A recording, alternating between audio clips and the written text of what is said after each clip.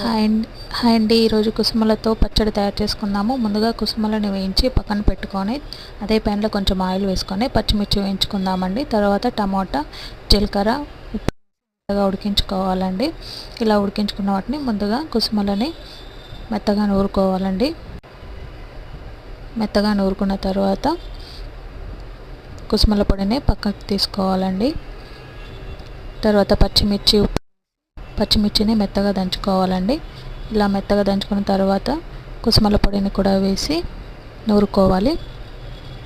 ఇలా మెత్తగా అయ్యాక చింతకాయ పచ్చడి, ఉడికించుకున్న టమోటా వేసి మెత్తగా దంచుకోవాలండి. మీకు చింతకాయ పచ్చడి లేకపోతే ఉడికించుకునేటప్పుడు టమాటాలలో చింతపండు వేసి ఉడికించుకోండి. ఇలా మెత్తగా నూరుకున్న తర్వాత చివరిగా ఉల్లిపాయ వేసి తీసేసుకోవడమే అండి. ఇంతే అండి, కుసుమల పచ్చడి రెడీ. ఈ వీడియో నచ్చినట్లయితే లైక్ చేయండి, షేర్ చేయండి, సబ్స్క్రైబ్ చేసుకోండి.